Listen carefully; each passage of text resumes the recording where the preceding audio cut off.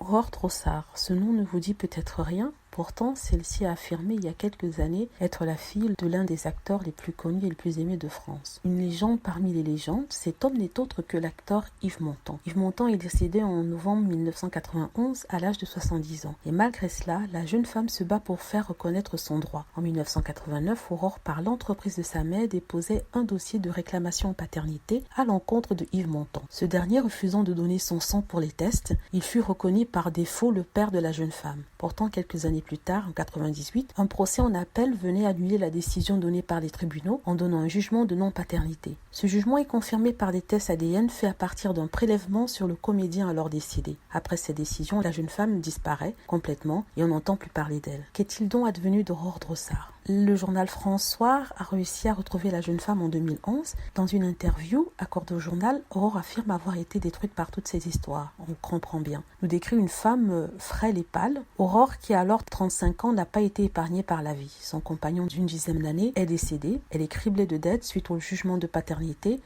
et doit près de 33 500 € à la famille de Montand. Pourtant, Aurore et sa mère, Anne Drossard, sont sans appel. Pour elle, Aurore est bel et bien la fille d'Yves Montand. Anne affirme avoir rencontré le célèbre acteur en 1974, alors qu'elle n'avait que 22 ans. Jeune actrice fraîchement arrivée à Paris, elle se laisse entraîner par la vie de bohème et devient très vite la maîtresse de l'acteur. S'ensuit une liaison qui durera 2 ans, mais qui prendra fin lorsque la jeune femme annonça à Yves Montand qu'elle est enceinte. L'acteur lui aura alors demandé d'avorter, mais la jeune femme refusa catégoriquement. Anne va alors élever la petite toute seule pendant 15 ans. Les deux femmes dénoncent les conditions dans lesquelles ont été effectués les prélèvements pour les tests ADN et parlent d'un corps sans dossier médical, des échantillons prélevés par un légiste sans bonnet ni masque et accusent tous les nantis, les magistrats et autres d'avoir pris la mauvaise décision. Et Aurore de rajouter « J'ai commencé ma vie à 23 ans avec une épée de Damoclès. La famille de Montand me réclamait les dépenses du procès, 33 500 € alors qu'ils ont volé ma vie, mon identité, ma part d'héritage. J'ai fait un choix sur ma vie professionnelle pour éviter qu'on saisisse mon salaire ou mon appartement.